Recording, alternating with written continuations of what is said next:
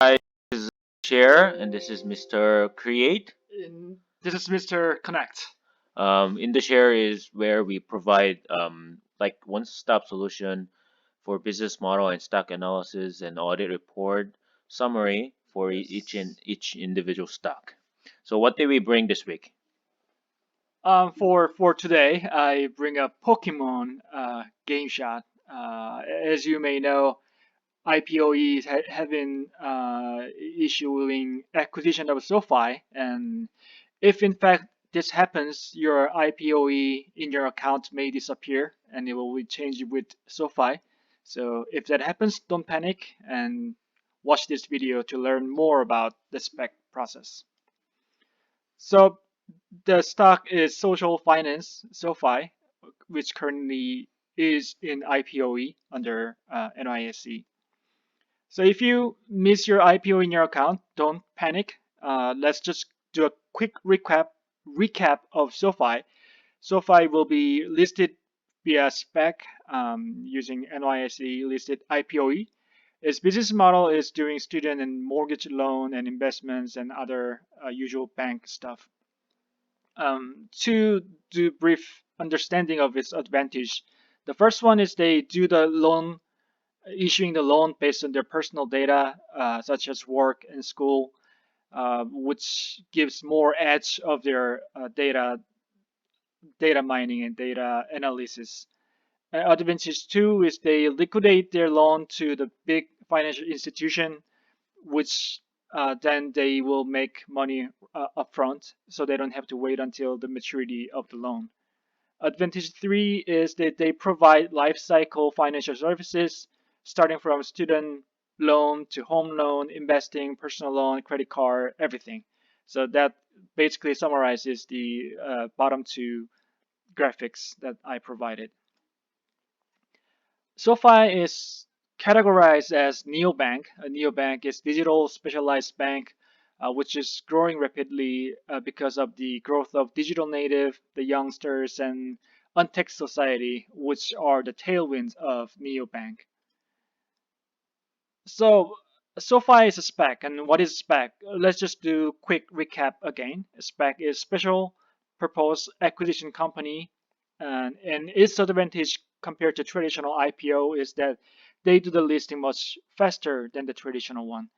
And secondly, they kind of provide a downside risk protection, which I listed below. That if SPEC does not acquire a company within a specific period, normally this is 2-year period, then it will need to return the proceeds to investors and liquidate the SPEC. Otherwise, it will eventually become acquired company. In this case, IPOE to SoFi, which I will discuss later. The way I see the spec is that it's kind of like a lottery ticket, scratch a lottery ticket, and then you see like kind of some portion of the information.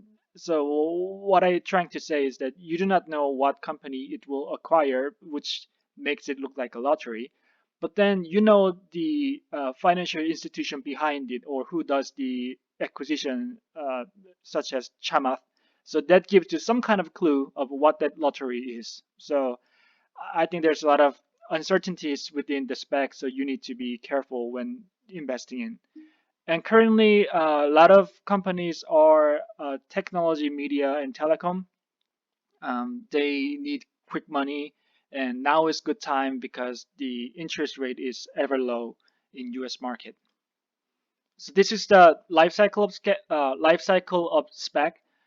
You do the IPO purchase, IPO go through IPO phase, and then you do the operational phase, uh, and there becomes change in control events where it either becomes liquidated or acquiring some company.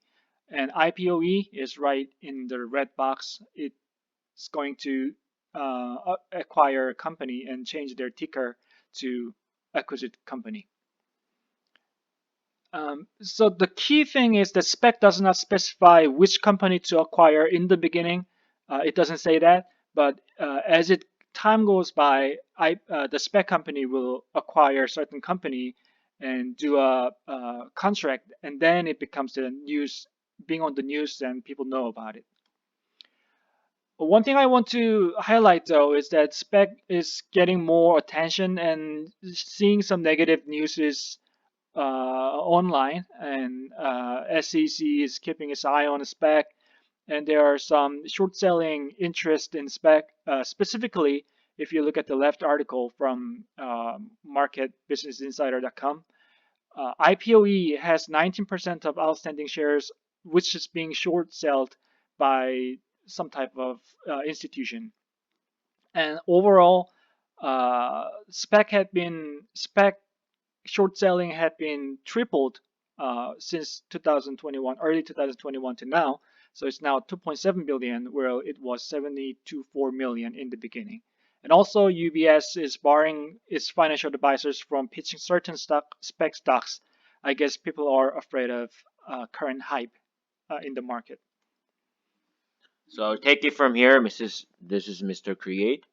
So I kind of took a look at the S4 form and other issues regarding the spec or this spec, D-spec timeline. So this is the S4A form submitted in 2021 April 1st. So I'm thinking that they're very close to the merger and acquisition in the matter of maybe second quarter of this year.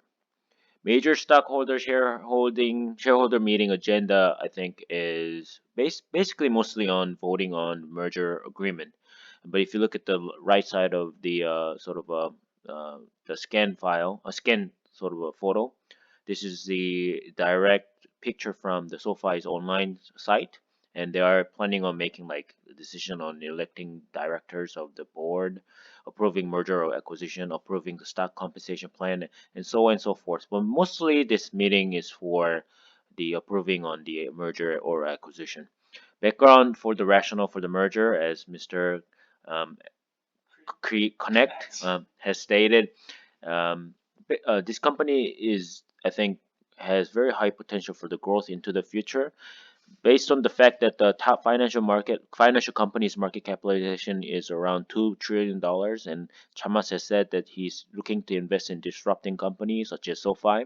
So if this company is only around the valuation of a couple $1 billion, and if they can penetrate certain market shares of those top financial companies, certainly this stock will go up a lot. And in the S4 form, it also stated that top 10 financial company has 50% of the market share of the customers. So, with the SoFi, they don't need like retail shops or brick or mortar sort of shops. They can always expand very fast across Generation Z, people who are used to the sort of a mobile phone environment. So yeah, this company is actually growing a lot faster than the usual retail and brick and mortar companies or shop financial companies. Possibility on merger as of now, the shareholder meeting is not dated for sure. If you look at the copy from the S4 form, the date is like they said that it's first quarter, but the date is missing in a way. So we're not really sure when exactly the shareholder meeting will hold, but we're expecting that it will be very soon because of this S4 form filed to the SEC. With sponsor agreement by the Chamas, they are willing to support and approve the merger during this shareholder meeting. They have like a 20% of the IPOE shares right now. So SoFi shareholders agreement, support agreement also will kind of bring positive result to the shareholder meeting overall. So this is like a structure after merger. If you look at the red, that's the I think the holders of SoFi shares, which I think is IPOE holders. On the in the middle, it will be uh, the original holders of SoFi investors, and the right is the PIPE agreement. So all three entities have to agree for the merger in order for SoFi Technologies to really go public via via spec. What are they planning on using the proceed from the pipe and the IPOE spec?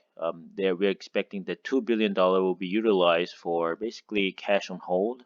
$1.3 billion will be just remain as a cash, and I think they will be deployed for the expansion of the business of SoFi, but the 486 million will be used for the payment of revolving credit facility, so they're paying back their debt, and 150 repurchase of common stock to increase the value of the company. Other issues that you should consider is 2021 March 8th. If you're the shareholder of IPOE, you get to make votes on the merger agreement shareholder meeting. 2 days after merger agreement is signed, ticker will start to change. 2027 July 10th is when this IPOE stock was listed. So 2 years of the maturity remains, and so you don't have to worry about if they are running out of time.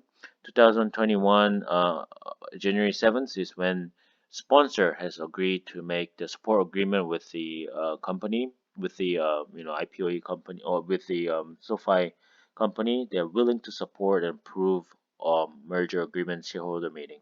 The lockup period will end 180 days after closing date, or 30 days after you know the stock is listed, and if the stock hits $12.5 after 30 days to the merger, then you get to have the lockup period ends basically. So if the current stock price is around $16, $17 right now, if they remain as high as $16 after 30 days of the ticker change, the lockup will end basically. 2021 January 6th is when merger BOD approved on the merger. Then we have the shareholder meeting remains. This is like the De-SPAC timeline, and we're almost getting there. I think we are at the obviously share trade between definitive agreement and share trade, and there's just 1 month of the SEC review and comment and whatnot, and I think it's already getting done there. So we just have to have a shareholder vote, and then we will have the share trade. So I think it's really the April, sometime in April, this thing will be finished. So yeah, that's it. If you're looking into investing in SoFi via IPOE, this is one way to invest in them. But a lot of people have been worried about if what happens with the ticker change, and if they can trade, and what's happening with the lockup period and whatnot. So this is kind of the summary of all that.